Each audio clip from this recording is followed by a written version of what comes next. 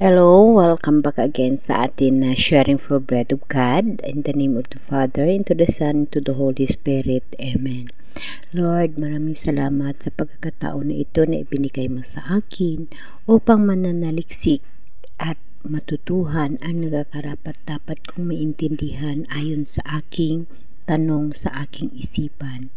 Lord, maraming salamat sa pagbigay mo sa akin ng ideya kung paano at ano ko matutuklasan ang mga bagay na dapat ko malalaman ukol sa templo ng komunidad. Lord, maraming salamat sa mga bagay na ibinigay at binahagi mo sa buhay ko na ikaw lamang ang aking lakas at ikaw lamang ang aking pag-asa sa aking buhay. Amen.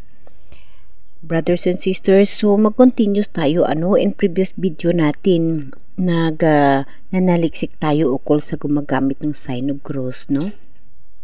Sa templo ng komunidad. Alam naman natin na ang templo ng komunidad, yun yung mga churches natin, mga temple, may mga pastor, pare, at kung ano-ano pa mga leader. Yun yung ating temple of community. Iba naman ho, yung temple of God na sa puso natin. Yun ang katotohanan. Ang templo ng Diyos na sa puso natin ang makaligtas sa atin.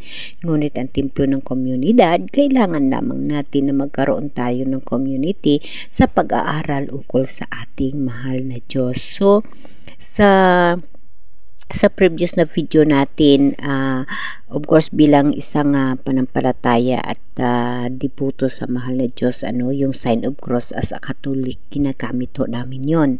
At hinahanap ko kung ano pang mga religious ang gumagamit sa sign of cross. So, marami ho ang gumagamit ng sign of cross. Ito ho, sila yung Anglican Church, Lutheran Church, Methodist Church, Presbyterian Church. Ito sila ay gumagamit ng sign of cross. Ngunit may iba't iba silang panampalataya o sulundan sa kanilang churches, no? Uunahin natin itong kumikilala sa sign of cross, itong Anglican Church, no? Ano ba ang Anglican Church? Saan ba ito makikita? Ang Anglican Church o simbahan ng Inglaterra ay isang simbahan ng Kristyanismo na nagmula sa Inglaterra. Ito ay isang bahagi ng Protestantismo, ngunit may mga katangian ng Katoliko Romano at Ortodokso. Ang Anglican Church ay may mga sumusunod na katangian. Naniniwala sa pag-isa ng Diyos sa tatlong persona, Ama, Anak at Espiritu Santo. Sumusunod sa mga desisyon ng mga konsilyo ng simbahan tulad ng konsilyo ng Nicea at konsilyo ng Constantinople. Naniniwala sa pagiging ina ng Birhen Maria at sa mga santo. May malaking pagpahalaga sa mga tradisyon at ritual tulad ng liturhiya at mga sakramento. May otoridad ang mga obispo at arsobispo sa pamahala ng simbahan. Ang Anglican Church ay may mga 300 milyong tagasunod sa buong mundo at may mga simbahan sa maraming bansa kabilang ang Inglaterra kung saan ito nagmula, Estados Unidos, Episcopal Church, Canada, Anglican Church of Canada, Australia, Anglican Church of Australia, Pilipinas, Episcopal Church sa Pilipinas. Sa Pilipinas, ang Anglican Church ay may mga simbahan at misyon sa iba't ibang bahagi ng bansa, kabilang ang Katedral ng Manila, Simbahan ng St. Andrew sa Makati, Simbahan ng St. Mary sa Quezon City. Ang Anglican Church ay may mga iba't ibang uri ng mga simbahan at organisasyon, kabilang ang mga katedral, parokya at misyon. Ano ang pinagkaiba ng Anglican Church sa Katoliko Romano? Yan ang dapat nating malalaman, Ano ba ang mga pinagkaiba nila? Ang Anglican Church at Katoliko Romano ay dalawang magkaibang simbahan ng Kristyanismo. Bagaman may mga pagkakatulad sa mga turo at tradisyon, narito ang ilan sa mga pinagkakaiba. Pangulo ng simbahan. Ibig sabihin, brothers and sisters, ang Anglican Church, magkaiba sila ng pangulo ng simbahan kaysa Katoliko Romano. Ngunit, mayroon din silang pari. Pangulo ng simbahan ang pinagkakaibahan nila. Ang Katoliko Romano, ang Papa ng Roma, ang pinuno ng simbahan at may otoridad sa lahat ng mga Katoliko. Anglican Church, ang Arsobispo ng Canterbury ang pinuno ng Anglican Church, ngunit walang otoridad sa lahat ng mga Anglikano. Ganun pala yun, brothers and sisters. Sa doktrina, ang Katoliko Romano naniniwala sa pag-ina ng Birheng Maria at sa mga dugma ng simbahan. Ang Anglican Church may mga iba't ibang pananaw sa pag-ina ng Birheng Maria at sa mga dugma ng simbahan. Sa sakramento, Katoliko Romano naniniwala sa 7 sakramento, binyag, kampel, Eucharistia, pagpapatawad, orden, matrimonyo at anointing of the sick. Ang Anglican Church naniniwala sa 2 sakramento, binyag at Eucharistia. Liturhiya, Katoliko Romano gumagamit ng Latin sa liturhiya, bagaman may mga pag-adaptasyon sa mga lokal na wika. Anglican Church gumagamit ng Ingles sa liturhiya, bagaman may mga pag-aadaptasyon sa mga lokal na wika. Ang kleriko, Katoliko Romano, ang mga pari ay kinakailangan magpatali at walang asawa. Ang Anglican Church, ang mga pari ay maaring mag-asawa at magkaroon ng pamilya. Ang papel ng babae, ang Katoliko Romano, ang babae ay hindi pinapayagang maging pari. Sa Anglican Church, ang mga babae ay pinapayagang maging pari at obispo. Sa ilang mga diocese, ito ay ilan lamang sa mga pinagkaiba ng Anglican Church at Katoliko Romano. Bagaman may mga pagkakatulad ang dalawang simbahan, ay may mga katangiang turo at tradisyon. So brothers and sisters, ganun pala.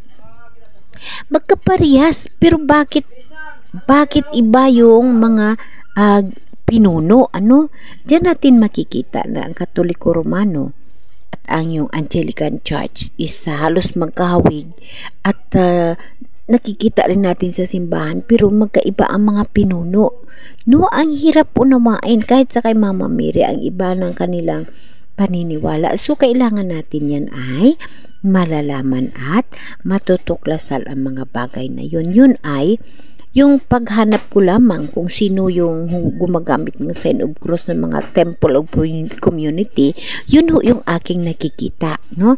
So uulitin natin kung bakit ini-search ko yung sign of cross, dahil yun isa yun sa aking naging saksi sa buhay kay Jesus Christ at naging bahagi ng buhay ko ang sign of cross hanggang ngayon sa buhay ko. Yun ang aking ginagamit. Uulitin natin yung sign of cross dahil para sa akin yun ay napakahalaga sa aking buhay. Ang sign of cross ay isang mahalagang simbolo sa simbahan Katoliko Romano. Ito ay isang paraan ng pagpapahayag ng panampalataya at pagkilala sa paghahari ni Jesus Christ. Ang sign of cross ay ginagawa sa pamagitan ng paggawa ng cross sa sarili, karaniwan sa ulo, dibdib at mga balikat, habang sinasabi ang mga salita sa ngalan ng Ama at ng Anak at ng Espiritu Santo. Amen. Ang sign of cross ay may mga sumusunod na kahalagahan sa simbahan Katoliko Romano: panampalataya, pagkilala, proteksyon, biyaya, pag-isa. Yes, dahil malalaman mo na ang Katoliko Romano, siya ay isang Katoliko Romano dahil nag-sign of cross. Ngunit, mayroon din sa sign of cross kagaya ng Anglican Church, pero magkaiba sila sa pinuno ng simbahan. So, hindi ko lubos na unawaan yung ganung bagay, kaya gusto kong maunawaan at malalaman bakit kailangan mapagkaiba sila. Kasi, kumbaga, parehas lang naman sila ng simbahan, Anglican Church tsaka Katoliko Church. Bakit yung sa Katoliko Temple of Community ang mga pare hindi makapag-asawa? Sa Angelica naman is pwede makapag-asawa. So, alamin natin yung mga bagay na iyon, no? Alamin natin yung mga bagay na iyon para atin matutuhan at atin maunawaan kung bakit ganun ang nangyayari o ganun yung aking natutuklasan at hindi ko lubos maunawaan. Kaya gusto ko unawain ng lubos ang mga bagay na iyon. So, ang Anglican Church at Katoliko Romano, bakit may pinagkakaiba? So, babasahin natin. Ang Anglican Church, ang Katoliko Romano ay dalawang magkakaibang mga simbahan na may mga pinagkakaiba ng mga turo, tradisyon at pamahala. Ang mga sumusunod ay ang mga pangunahing pinagkaiba sa pagitan ng Anglican Church at Katoliko Romano. Pinagmulan. Sa pinagmulan, papa at pamahala, doktrina at turo, liturhiya at pagsamba, mga sakramento, Marys at mga santo. So, titingnan natin bakit may pinagkaiba sila, Ang Anglican Church at ang Katoliko Romano ay dalawang magkaibang mga simbahan na may mga pinagkaiba sa mga turo, tradisyon at pamahala. Ang mga sumusunod ay ang mga pangunahing pinagkaiba sa pagitan ng Anglican Church at Katoliko Romano. Ang Anglican Church ay nagmula sa Ingles na simbahan noong ika-16 ng siglo bilang bahagi ng Reformasyon sa Europa. Ito ay inilatag ni Henry 8 ng Ingles na humiwalay sa simbahang Katoliko Romano. So, yan, humiwalay sa Katoliko Romano, Anglican Church. Katoliko Romano ay ang orihinal na simbahan na itinatag ni Jesus Christ at pinamunuan ng Papa ng Roma. Yun ang pinagkaiba nila. Ang Anglican Church at ang itinatag ito ni Henry.